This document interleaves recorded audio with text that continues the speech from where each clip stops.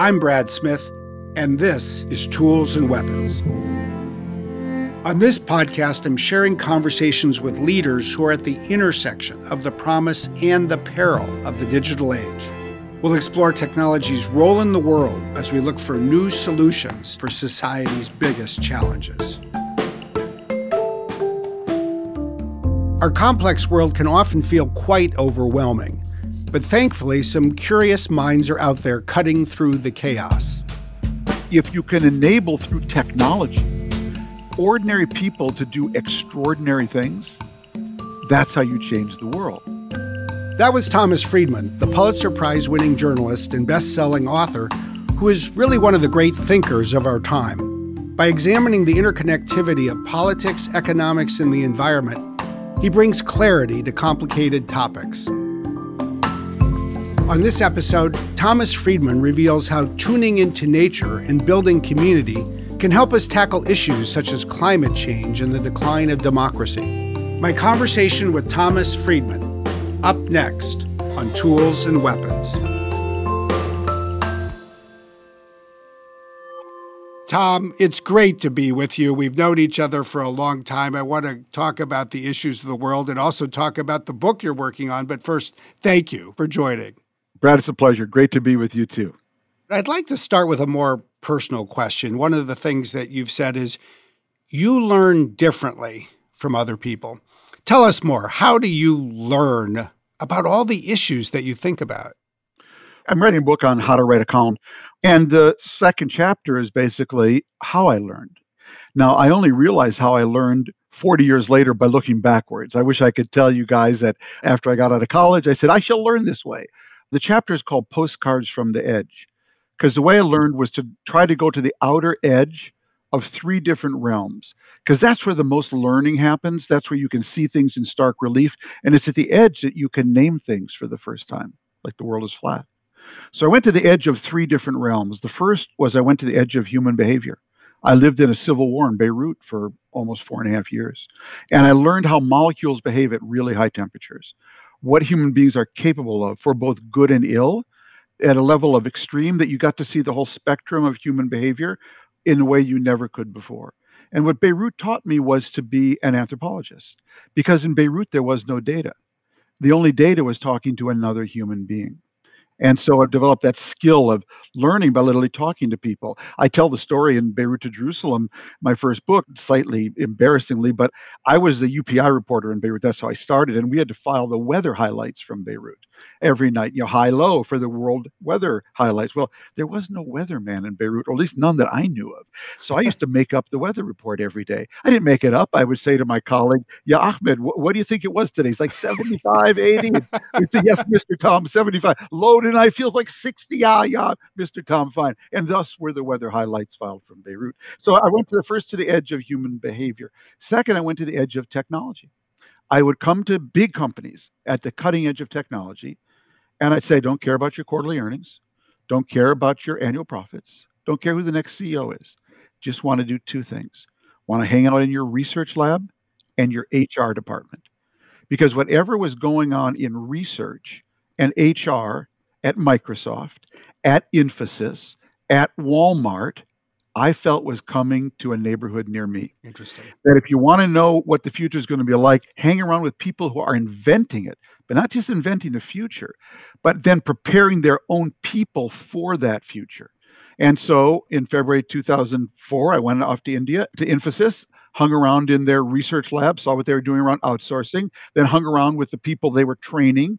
And that's where the world is flat came from. And so again, it was very hands-on kind of learning. And we just go with a completely open mind, like, where are you now? What's the edge of your story? And the third thing I did is I spent the last 25 years traveling the world with Conservation International, a wonderful NGO working to basically preserve biodiversity. And I did it initially again out of curiosity, but over time I began to realize that this globalization system I was describing, and in some ways discovering, was so complex there was only one other thing that mirrored it in its complexity, and that was the natural world. So if you understood how the natural world worked, what made for healthy interdependencies in the natural world, what made for a stable ecosystem in the natural world, you could actually have a wonderful mentor and model for understanding globalization. I want to build on those three edges because I think that's fascinating, because what you basically described was the natural world, human nature, and then invention. What can we invent as human beings to address the challenges that we face? Now, we've been through this extraordinary couple of years, the hopefully once in a century pandemic with COVID. When you think about the intersection of nature and human nature and invention, how do you see these as having intersected with COVID? So one of the things that happened with COVID early on is that it was an experience a lot of us, in particular our leaders, had never had before. It was actually an experience with natural systems. And the president at the time, Donald Trump, really had no experience with natural systems except building golf courses. So that was really his only encounter with nature. And I played on some of Trump's courses. They like have artificial waterfalls. So he actually came at it with a perspective that you can dominate nature, you know. But even beyond Trump, this has been a theme all the way through. Most people have never actually encountered Mother Nature. And what you learn when you encounter Mother Nature is that this pandemic, the COVID-19, is actually just one of the many fastballs that Mother Nature throws at us to sort out who is the fittest, who will get their DNA into the next generation.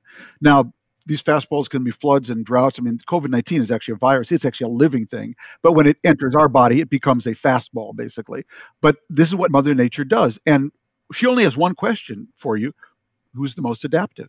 That's who will survive. Not who is the smartest, not who's the strongest, but who's the most adaptive. And to determine your adaptation skill, she asks you three questions. First question she asks is, do you respect my virus?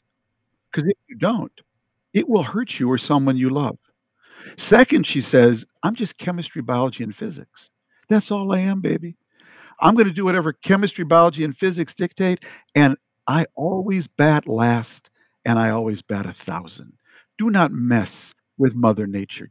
Unless you build your adaptation strategy to me on chemistry, biology, and physics, you're going to be in trouble. That is, if you build it on politics, ideology, and your election calendar, I will hurt you or someone you love. And third, she says, are you coordinated in your response to me?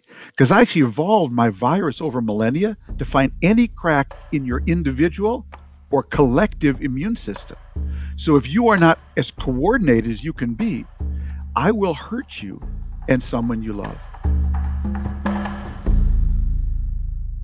So if you go back now, look how we responded. We were uncoordinated. Our leaders put politics, ideology, and election calendars sometimes before chemistry, biology, and physics. And we really didn't respect the virus. And Mother Nature added one little dash of salt to this mix. The virus she threw at us was going to hurt a lot of people a little and a few people a lot. And you never knew which box you were in. And so from the very beginning, my view was that our goal should be total harm minimization. How do we maximize saving lives and saving livelihoods? Because if you crush people's livelihoods, you'll get deaths of despair every bit as profound and lasting and meaningful as deaths from COVID. But because we couldn't have this realistic discussion about nature, you know, some people wanted to protect every life, some people wanted to protect every job, and we couldn't find a kind of balance of total harm minimization. You know, we've suffered so much the last 2 years, and we've also advanced in a number of ways, especially, say, compared technologically with what we could do a century ago with dealing with that influenza. What do you take away about the application of human nature to this conversation, if you will, with Mother Nature? Well, it starts with the fact of which ecosystems thrive when the climate changes. You know, if you think of the prairie, for instance, you know, the prairie was a polyculture, this natural ecosystem, and then the settlers came and they plowed it up and planted monoculture crops, wheat, corn, and sorghum. When the Dust Bowl happened, all the monoculture crops died, but the little parts of the prairie that were left, they all survived. the polyculture. So what I learned from that and other experiences that, again, when the climate changes in nature, which ecosystems thrive? Those that build complex adaptive networks, where all the elements of the ecosystem are in balance because they have healthy interdependencies. Now, with nature, complex adaptive networks are produced in an emergent way and in a violent way, actually. The ibex eats the grass, the lion eats the ibex, but when it's all in balance, there's a kind of healthy interdependency between all of these. My view is that, and this is what my book is about, we are going through simultaneously a technological climate change and a real climate change at the same time. By the way, this has never happened. When we had the printing press, we were still in the Holocene climate era. When we had the scientific revolution, we were still in the Holocene. When we had the agricultural revolution, we were still in the Holocene. When we had the industrial revolution, we were still in the Holocene. For the first time, we are having a technological climate change and a real climate change that is actually driving us from one climate era into the other, from the Holocene into the Anthropocene. So if in nature, it's complex adaptive networks with healthy interdependencies that make an ecosystem stable, I think the same is in human communities. It's communities that build complex adaptive coalitions where business, social entrepreneurs, philanthropists, educators, and local government all work together to maximize the resilience and propulsion of their community. And people think, Brad, that America is a country divided between two coasts that are liberalizing, globalizing, and everything in between is just flyover America. Frankly, because I am from Minnesota, I know that's not true. Our country is actually a checkerboard of communities that are rising from the bottom up because they built complex adaptive coalitions, and other communities that are collapsing because they can't. But it's the complex adaptive coalition that allows you to adapt to these climate changes that's the key differentiator.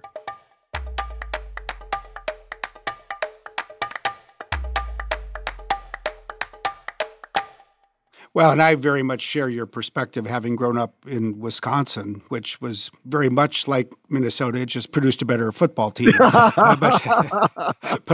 other than that, one of the things I find so interesting, Tom, is it's about an ecosystem. It's about a community. And when I think of the COP26 in Glasgow, it was very much a debate about what the world's governments should do. But what you just described is really about what the world's various communities should do. Talk a little bit about that and what you saw in COVID and what that might mean for climate. So impacting the climate is a scale challenge. And if you don't have scale, you have a hobby. I like hobbies. I used to build model airplanes. I wouldn't try to change the climate as a hobby. You know what I mean? And to me, there's only one thing that has the scale of Mother Nature, and that's father profit, the market. And so to me, the challenge is always how do we incentivize the market to produce the outcomes we want? Because we haven't been doing that. The market's just dumb in the sense that we can shape it any way we want. And if we shape it to produce efficiency at home and in businesses, if we shape it to produce innovation around clean power and clean tech, it will do that for us. And that to me is the biggest challenge right now, because coming to people and ask them to change their lifestyle, that's just a very hard ask. For a threat that may affect their unborn grandchildren, I think it's going to be much sooner. I think it's about us right now, but that's a very hard threat. The way you get big change in the world is when you get the big players to do the right thing for the wrong reasons. If you wait for everyone to become virtuous about the environment, you will wait forever. But if you can enable through technology ordinary people to do extraordinary things, that's how you change the world. How do you do that? Well, if Microsoft builds a home that you just walk into it and the lights go on, you walk out and the lights go off, the temperature goes up, the temperature goes down, then you're allowing me as an ordinary person to act extraordinary. I'm actually saving electricity, but I'm acting ordinary. And I think that's the challenge.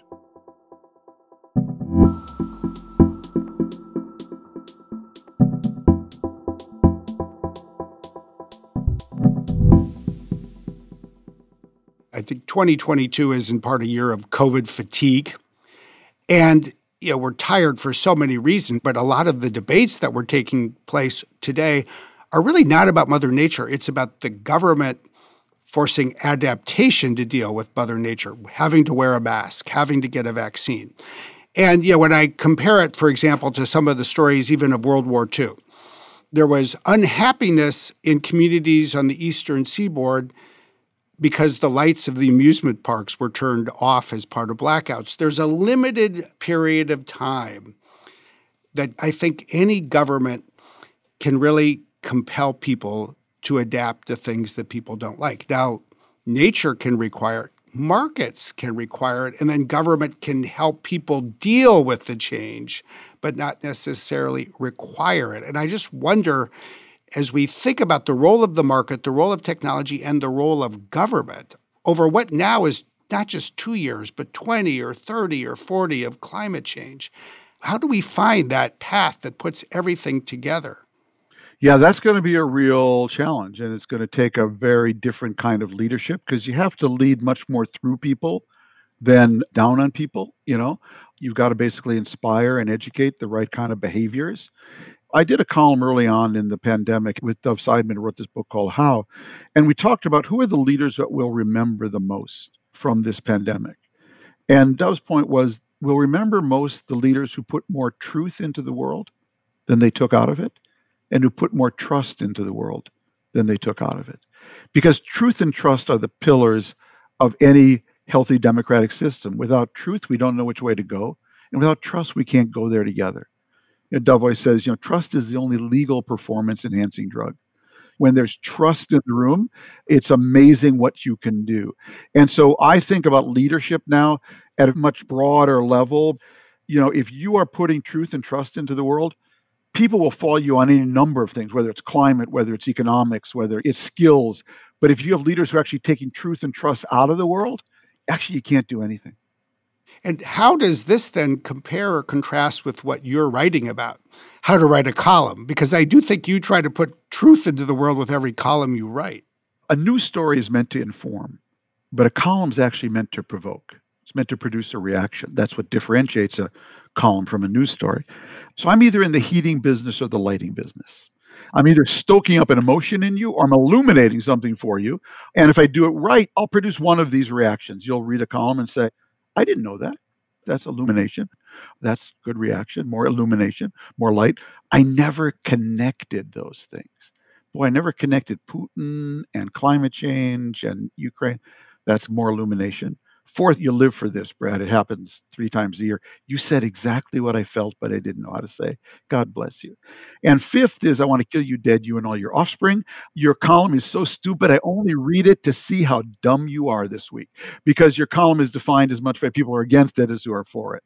So I'm always really toggling between those two, trying to illuminate and also challenge, provoke people to think differently. What do you think that has to offer to people who aspire to lead countries, communities, the world through these big challenges we're talking about? Basically, I think we're in a new Promethean era. So if you think of printing press, scientific revolution, agricultural revolution, industrial revolution, and this moment. That's been called all kinds of things, the fourth industrial revolution, information age. So I realized one day that I've actually written 7 books, but they were actually all one book. They were looking at a giant elephant from 7 different angles. And so the first chapter of the book is called Stalking the Giant Elephant. What did I actually see? What did we live through these last 40 years? So I think we lived through a new Promethean moment. Prometheus, Greek god, steals fire from a closet on Mount Olympus and gives it to humans to build civilization. So what was the printing press that drove this Promethean revolution? It was this ecosystem of sensors, chips, software, bandwidth, AI. What I call sense, connect, process, learn, share. Sense, connect, process, learn, share. Sense, connect, process, learn, share. Sense, connect, process, learn, share. So it's this ecosystem where each part improves individually and the whole thing keeps improving collectively. And what it's done is create a world of what I call acceleration, amplification, and democratization. More and more people have tools that amplify their power at an accelerating rate, being democratized with a small d to more and more people. That's what we're in the middle of, I would argue. It's given the world 5 new attributes that require governance. It's made the world really fast. That's a challenge for education. How do we educate people if things are changing so fast? It's made the world really fused. We're not just interconnected. We're not just interdependent. We are fused together. It's made the world really deep. Wait a minute. We suddenly added the adjective deep to everything.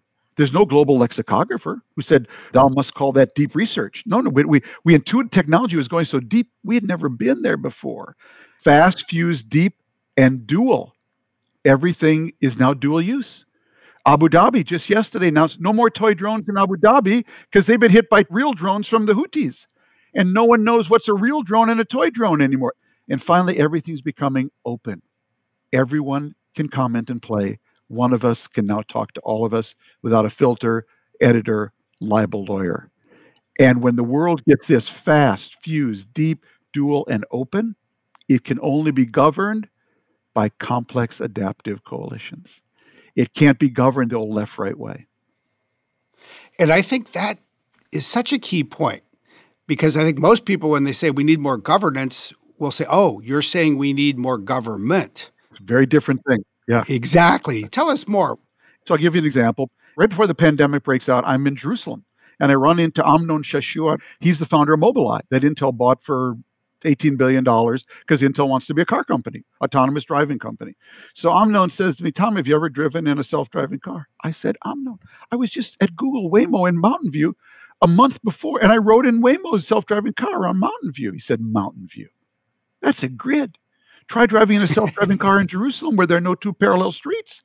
So I go up to Jerusalem, we drive in the car, unbelievable hairpin turns up, down, camels, donkeys, Jews, Arabs, and no one's driving. There's someone sitting there, but no one's driving. So we get done. He tells me an interesting story. He says, Tom, to test a self-driving car in Israel or anywhere, you actually need an insurance protocol that governs what constitutes safe self-driving. Otherwise, anything you hit or anyone hits you, you get sued.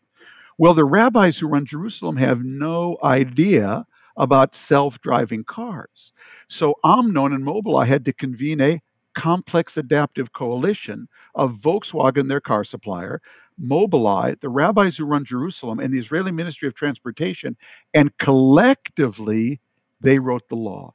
It's so good that Yandex, Russia's Google, now tests their self-driving cars in Israel. And China just took the entire Israeli law, translated into Chinese, and made it their law. And so that's what happens when the world gets this fused and deep at the same time. And governments then has to parallel that. But where are we? We're still in the left-right mode. Well, let me ask you, is it a Democratic issue or a Republican issue to establish insurance protocols for self-driving cars?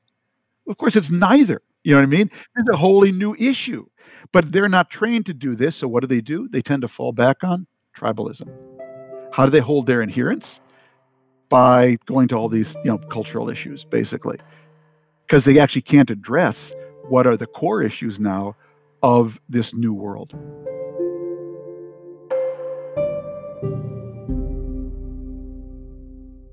Anything, it seems, can be turned into a political, polarized, even tribal issue. But what you just described is a need to move beyond that for issues of extraordinary complexity. How do we move beyond this tribalism?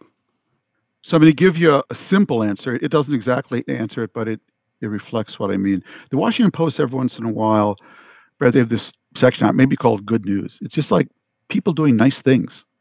And at Christmas time, they ran a story about a small town here outside of DC. And this guy was putting up his Christmas lights. And he knew the woman who lived across the street. I think she had recently lost her husband. She was alone, really down about COVID and really kind of depressed.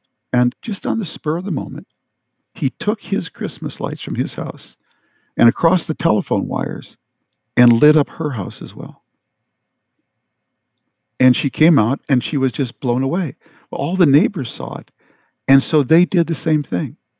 And everyone, they have a picture in the Post of this town where all the Christmas lights are crisscrossed across the street. Wow.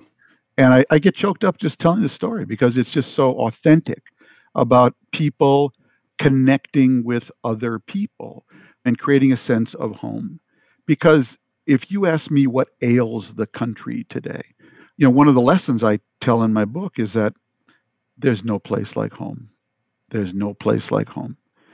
And you know what? When you disturb people's sense of home, oh my God, they will come at you like you stepped on an anthill of fire ants. And there are so many people in America today, left, right, and center, who feel their sense of home is being disturbed. Whose home is this anyway? Mask, no mask, be able to say this, not that. Whatever it is, I've never felt that more Americans were homeless than I do today. And I'm not talking about physically, I'm talking about emotionally.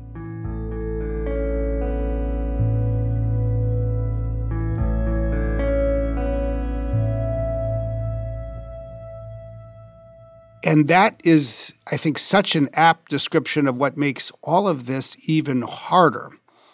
I think human nature, and I'll even say sort of American spirit at its best, is to pull together when the moment is the darkest. And yet it keeps feeling like the moments in some ways are getting darker, the problems are getting bigger, the divides are getting greater. How do we close the divide? Yeah, you just asked the central question. Because we can do it at the community level, but we've lost our ability to do it at the national level. And that's very scary to me because, when you think about the challenges we face in a fast, fused, deep, dual, open world, we have no time to lose. And I've said before, Brad, there's only one thing worse than a one-party autocracy. It's a one-party democracy. See, one-party autocracy, like in China, if you've got leaders who are reasonably intelligent, whatever they're doing by way of human rights, they can still order a lot of the right things from the top down just to get done. But a one-party democracy where one party's governing and the other is doing everything it can to subvert it, well, you can do that for a year or two. But in a time of rapid change of the world, you do that year after year, you are really going to fall behind. And so that's where we're at. And that's why I'm terrified.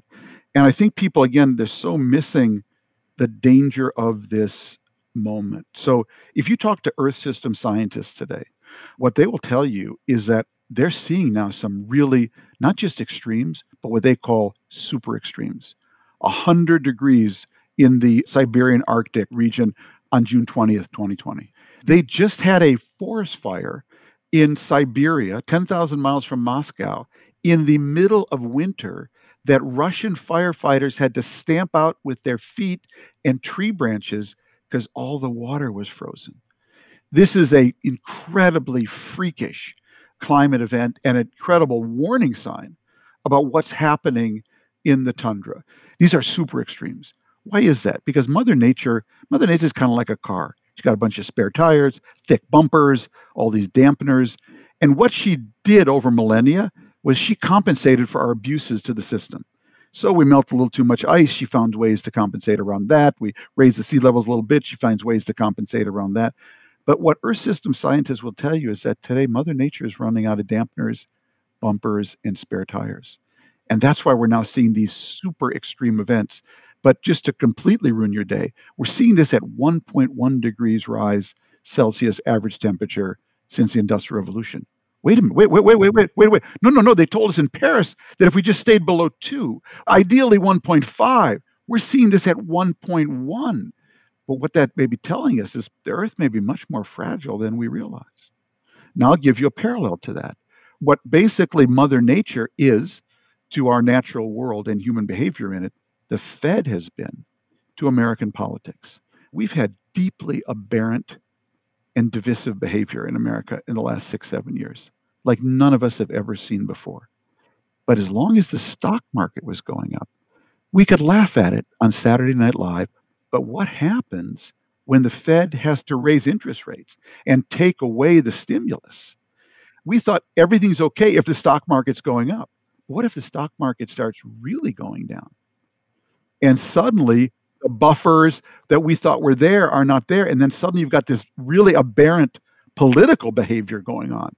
That really concerns me because we tend to tell ourselves stories. And one story we tell ourselves is that Americans will always do the right thing after they exhaust all the alternatives. Well, that reminds me of people who said, in nature, there'll always be 4 seasons. What if there isn't? What if our system is so broken that we can't do the right thing once we've exhausted all the alternatives? And so this is why I'm so concerned about truth and trust and bringing that back into the system. I completely agree with what you say about the importance of truth and trust. I'd like to push you a little bit on one aspect, Tom. because one of the things I've always appreciated about you is I think you're an optimist at heart. Maybe most people who grow up in Minnesota grow up as optimists at heart. Wisconsin too. Yeah. But think about COVID.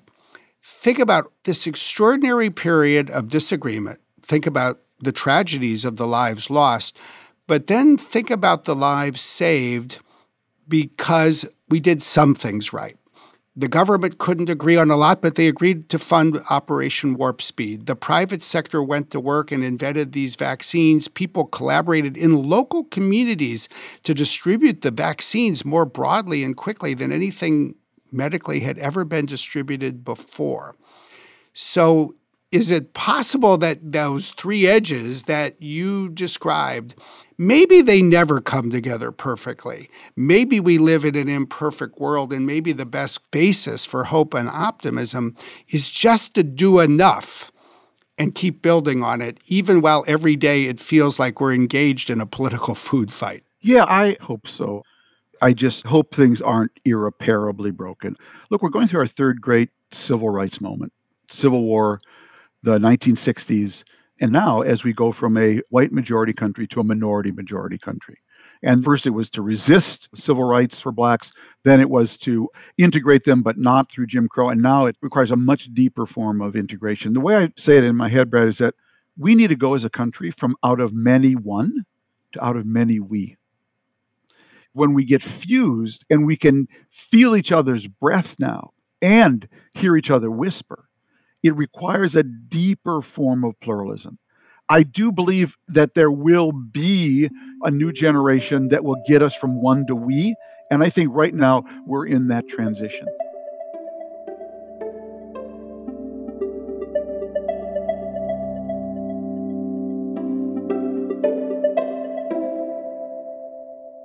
So I had a friend who, a husband was one of the first COVID victims and was on a respirator. And there is a platform that's called Caring Bridge. It's a website where basically a whole community can kind of root for someone who's sick. And somehow they sent it to me. But this is like March, in February, the pandemic. And I got so involved with it because we're all rooting for him. He's on the respirator. He's going down. He's up. He's reviving. He's getting out, And this went on for weeks. And every Friday night, they would send out a song video. And I got to look forward to them. And I got this video. It's called We Shall Be Known by two songwriters, Carisha Longacre and Sarah Nutting. And I'll read you the verses. We shall be known by the company we keep, by the ones who circle round to tend these fires. We shall be known by the ones who sow and reap the seeds of change alive from deep within the earth. It is time now. It is time that we thrive. It's time that we lead ourselves into the well. It is time now. What a time to be alive. In this great turning, we shall learn to lead in love. In this great turning, we shall learn to lead in love. And I tell you, I listened to this thing and I just said, these women, they are channeling something really deep. We shall be known by the ones who sow and reap. We shall be known by those who circle around to tend these fires.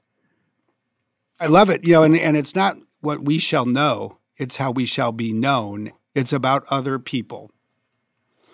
So take us back to Beirut, because I would have to believe that of all the places you've lived and worked, it was one of the most challenging. I mean, you saw people literally trying to kill each other, not politically, but literally. What did you see about the best of human nature that you think we may have the opportunity to summon from those streets in Beirut?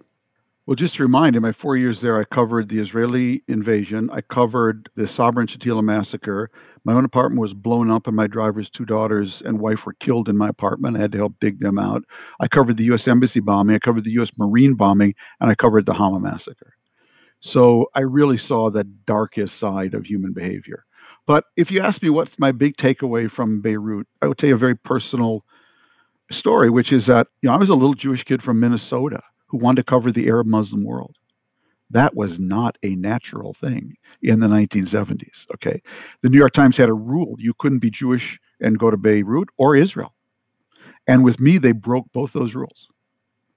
And I went out there, and if you read my coverage or my books, I was not out there saying, you're all great, you're all wonderful, it's all Israel's fault. I actually would be in people's faces a lot. But I learned the biggest lesson of life from that, Brad. How did I survive in that environment? As a truth teller, I survived by being a good listener. And I learned that two things happen when you listen. One is what you learn when you listen, because all the things I got wrong were because I was talking when I should have been listening. And the other, much more importantly, is what you say when you listen. Listening is a sign of respect. And it's amazing what people will let you say to or about them critically if they think you respect them. If they don't think you respect them, you cannot tell them the sun is shining. But if they think you respect them, it's amazing what they will let even someone like me, an outsider coming in, say to or about them by way of constructive criticism, because they always knew one thing about me. I really did respect them. I really liked them. I love the culture. I love the people. In a previous life, I was probably a bazaari merchant. But most of all, I wanted them to succeed. I was on their side. I was not there to put anyone down. And so when young journalists ask me, what's the biggest thing you should know going to the Middle East or anywhere, I just tell them it's very simple. It's what you say when you listen.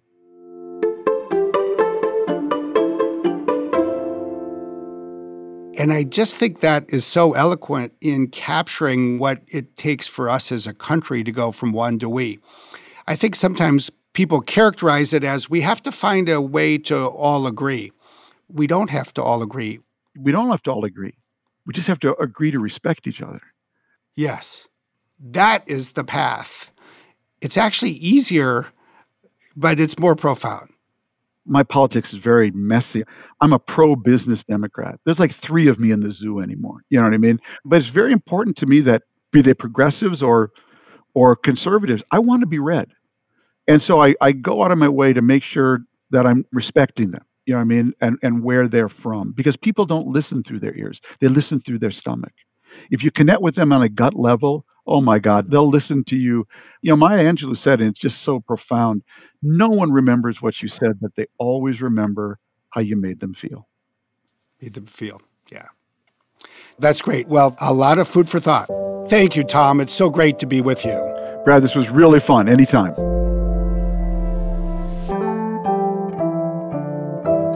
You've been listening to Tools and Weapons with me, Brad Smith. If you enjoyed today's show, please follow us wherever you like to listen. Tools and Weapons is produced by Karina Hernandez, Mark Frosty McNeil, and Jordan Rothlein, with production assistance from Emma Foley. Our executive producers are Carol Ann Brown and Aaron Tesey. This podcast was edited and mixed by Jenny Cataldo, with production support by Sam Kirkpatrick at Run Studios. Original music by Angular Wave Research. Tools and Weapons is a production of Microsoft, made in partnership with We Are Listen and Ada.